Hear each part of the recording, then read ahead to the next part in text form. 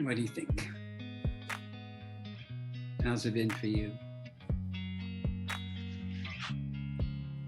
I feel like that every time I go back to visit my mom. Hmm. I'm the son that left, and I can stick around and went out to find my way in the world. And except I'm the older brother, not the little brother. My younger brother's still right there with her.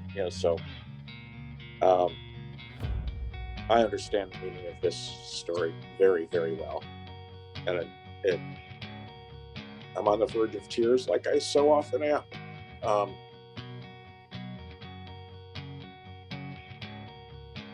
It touches me deeply.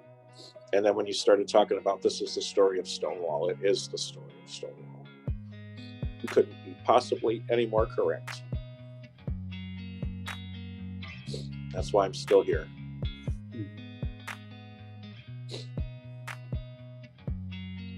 Who's next? Ed, you want to go? Well, my parents were like that all the time. There was nothing anything I or either of my brothers could do that we knew that we wouldn't be welcomed back home with open arms. So I was really fortunate, when I hear what so many gay men went through, their families. My God, Dickens couldn't have written more horrible stories than some of the things I've heard. And for better or for worse, for better, I can't really, I can empathize, God knows, and appreciate how they suffered, and in spite of that still managed to build lives and successful relationships. But I just didn't go through any of that.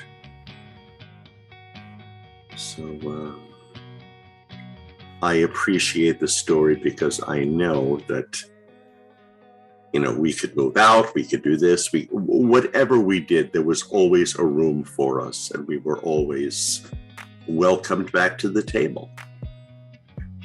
So I know how the younger son felt, certainly. And there was never any resentment on the part of my older brother or my younger brother or any of us, for each other. It was always like, oh, you're back. Oh, you saw how stupid you were doing what you saw the error of your ways, and and had the guts to admit it. So yeah, it's one of my favorite stories too, because it's so succinct and it tells so much, so rich. Well, I don't really relate this to my family as much as I do with the church. I left the church, my own doing, and I went off and lived my life. Did a lot of things that I'm not proud of today, but they're all in the past. And when I decided that I needed to look for something else in my life, I turned back to the church and was grossly disappointed. Like I said before, I've been hurt more by gay people than straight people ever did. But then I came to Stonewall, and although it was a small group, I felt welcome the minute I walked in the door. here again shortly thereafter, well, a couple of years thereafter, I was disappointed again by our so-called minister. And that hit me harder than a lot of people did, because there was so much more there. But now I'm trying again, and I still feel welcome.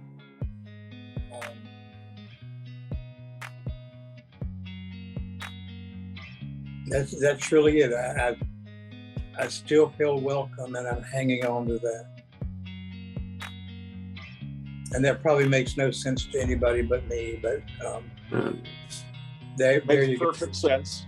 Real sense.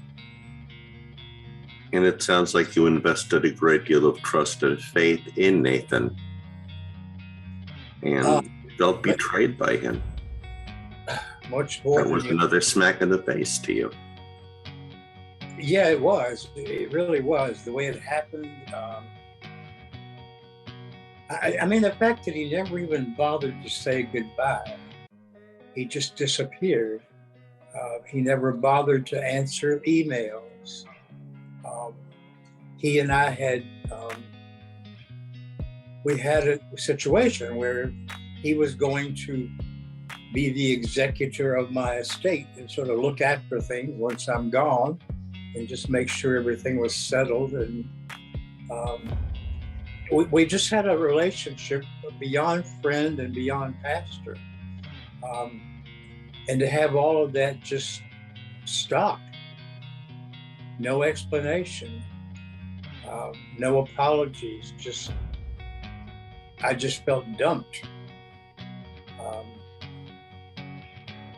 I'm trying to get over it, and most of the times it doesn't bother me. I put it far in the back of my mind, but occasionally when I'm sitting here, it'll pop up, and I just have to ask, why? Why did he do this? But then he did it to all of us. It wasn't just me. And we'll never know what he was thinking, or if he was even thinking. But yeah, it hurt. But you guys are still here. And right now, that's really all I need. We're very happy that you're still here, Rich. Very happy. I'm happy that you're happy. I don't know what I would do right now if you guys were to do the same thing and desert me. I don't think I'd probably handle it very well. That's enough of that. Thank you. Thank you for sharing. Thank you for letting me share. It's important that I have some place that I can share and not be judged. You listen to me and you empathize with me, and you understand where I'm coming from. You may not feel the same way, but you understand where I'm coming from. And right now, that really, really means a lot to me. Me too. And I think that it's really about the relationships that we have. It's all about that. And that's what's so annoying about the festival yesterday, because that music was so loud that you could hardly talk to the person sitting like right next to you. And the whole point of a festival is building relationships, right? And here you have this music that just prevents that from happening, gives you a headache. So it's really sad when something that's intended to be a good thing, like a banquet or a feast or a festival, ends up being kind of ruined because somebody oversteps their piece, their role, and is not aware of the ramifications of music that's too loud and how that affects other people. So to me, it's always the relationship. It's always about how we can be supportive, not only to get what we need for ourselves, but also to give to others, and how create a space. You know, we're all about creating a space. Stonewall is about creating a space where we are welcome, where we get to say our piece and to be silent if we don't want to say anything at all. It doesn't matter, that we just still have a place at the table. We still have a place at the feast, even if we don't want to eat, or if we can't eat the food or whatever, we still come because we're welcome. There's a place for us. And to me, that's what the world needs. That's what everybody needs. And if Stonewall can create something of that, then great. And that's why I love it that we have blessing bags. If everybody can come and assemble that, it's an easy thing. We're doing something good for people who really need us. That's what I love about the community meal, is that we get to come together and enjoy one another's company, enjoy some good food, and we sit and we check in with each other. There's a place at the table, every person, we belong. And I love that. That's what we're about. So, any other comments? Maybe those people that I really wasn't involved with the gay days thing. In fact, I really wasn't even aware it was happening until I saw it in the paper this morning. It seems like they were probably getting more interested in money than community. Exactly right. Make it noisy, forgetting that there are people there that are over 25. You know, Yeah. just obviously should pick them, and hopefully they do better next year. Yeah.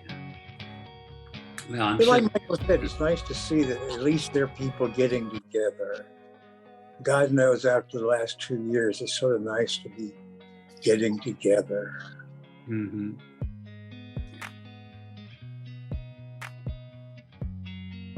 I just wish I weren't so damn old, I'd be getting together myself.